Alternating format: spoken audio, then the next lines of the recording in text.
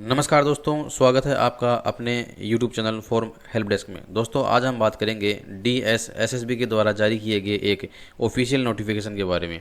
तो चलिए दोस्तों, हम आ गए हैं ऑफिशियल वेबसाइट पर और यहाँ से हम देखते हैं दोस्तों इम्पोर्टेंट इन्फॉर्मेशन में जाके वैकेंसी में करंट वैकेंसी। तो देखिए दोस्तों, हम यहाँ देख पा रहे हैं आज डेट 21 अगस्त 2025 को इन्होंने एक ऑफिशियल नोटिफिकेशन जारी किया है। दोस्तों देख लेते हैं। ये देखिए दोस्तों, आपके सामने ऑफिशियल नोटिफिकेशन जो है वो खुल के आ गया है। इस नोटिफिकेशन में हम बात करेंगे टोटल 20 पोस्ट के बारे में। DSSSB के द्वारा 20 जो पोस्ट जारी की गई है वो किसके संबंध में है। तो चलिए दोस्तों शुरुआत करते हैं आज के वीडियो की। Delhi subordinate service selection board. दोस्तों इस वैकेंसी नोटिस के अंदर हमको जो दी गई है वो टोटल पोस्ट जो है 20 दी गई है। दोस्तों बात कर लेते हैं।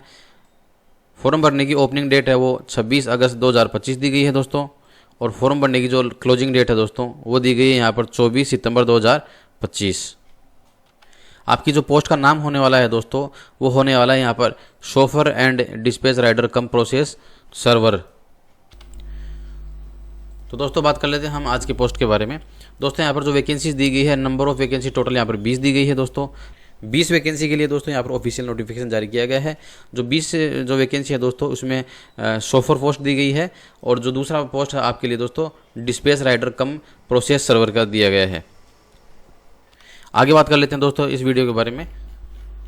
ये देखिए दोस्तों, यहाँ पर स्टेप बाय स्टेप शोफर जो पोस्ट है उसके लिए दिया गया है। ये शोफर पोस्ट है, ये आपका जो पोस्टिंग होगा वो दिल्ली हाई कोर्ट के अंदर आपको पोस्टेड किया जाएगा दोस्तों। इसके अंदर जनरल की 5 पोस्ट है दोस्तों, OBC की यहाँ पर जो है 2 पोस्ट दी गई है दोस्तों, SC के लिए यहाँ पर 1 पोस्ट दी गई है। ऐसे कुल मिलाकर जो है 20 पोस्ट में से 8 जो पोस्ट हैं वो ओनली फॉर शोफर के लिए हैं। शोफर क्या होता है दोस्तों, इसके लिए हम अलग से एक वीडियो बना देंगे, उसके बारे में डिटेल में आपको बात करेंगे। चलिए दोस्तों आगे बढ़ते हैं।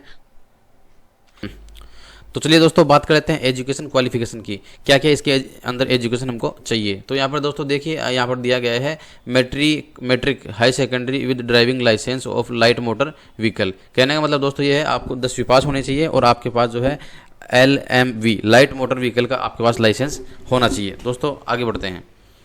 आपको जो है 2 साल का एक्सपीरियंस होना चाहिए लाइट मोटर व्हीकल चलाने का। पेमेंट की आपकी बात करेंगे दोस्तों, यहाँ पर जो है आपको सेंट्रल गवर्नमेंट के लेवल 5 7th पे CPC के अंदर आपको पेमेंट जो है दिया जाएगा।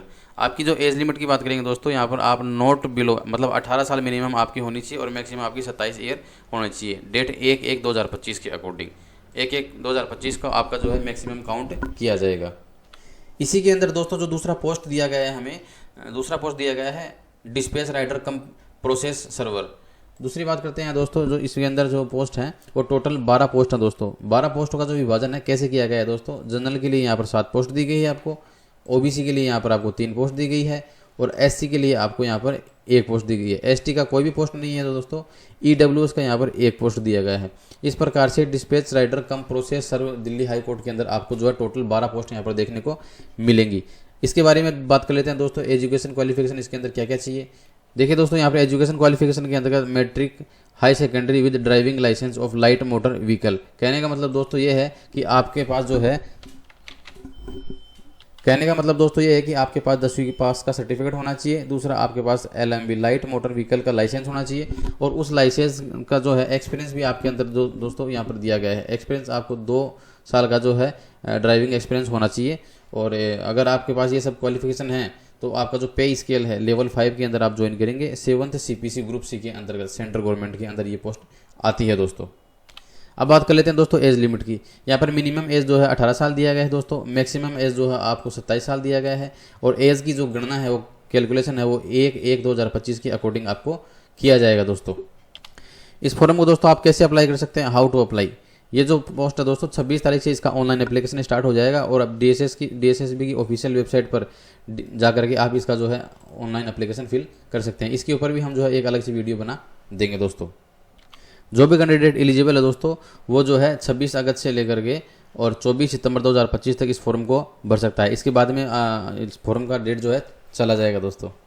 आगे बात कर लेते हैं दोस्तों एप्लीकेशन फ़ीस की। यहाँ पर जो है जनरल कैटेगरी, ओबीसी और ईडब्ल्यूएस के लिए यहाँ पर 100 रुपये का जो है फीस पेमेंट रखा गया है दोस्तों। ये 100 रुपये का 100 रुपीज़ जो है फीस पेमेंट रखा गया है। लेकिन दूसरी साथ यहाँ पर एससी, एसटी और फिजिकल हैंडीकैप और वुमेन लड़कियों के लिए जो है कोई भी फीस अप्लाई नहीं है, 0 पेमेंट इनको देना है। ओनली फॉर इनको अपने जो है फॉर्म फिल करना है। किसी भी प्रकार का फीस पेमेंट जो है एससी, एसटी, पीएच और वुमेन के लिए नहीं दिया गया है दोस्तों।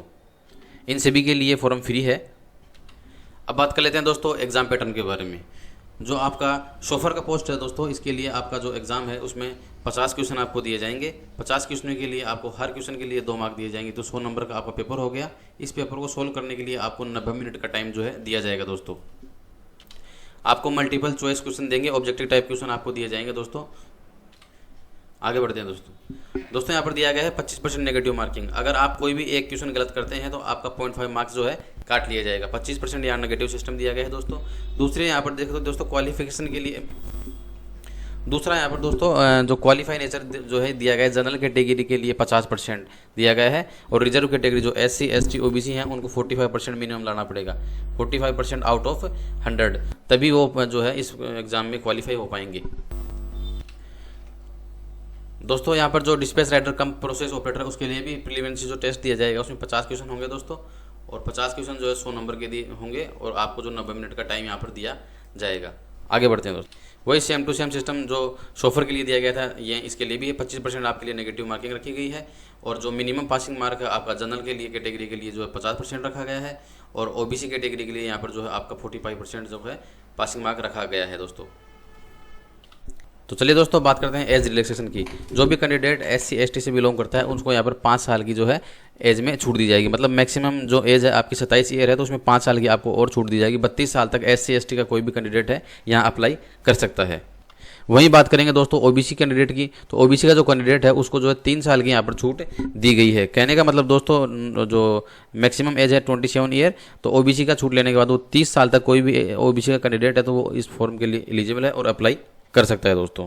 प्रकार से दोस्तों DSSSB का पूरा आपको ऑफिशियल नोटिफिकेशन हमने समझा दिया है।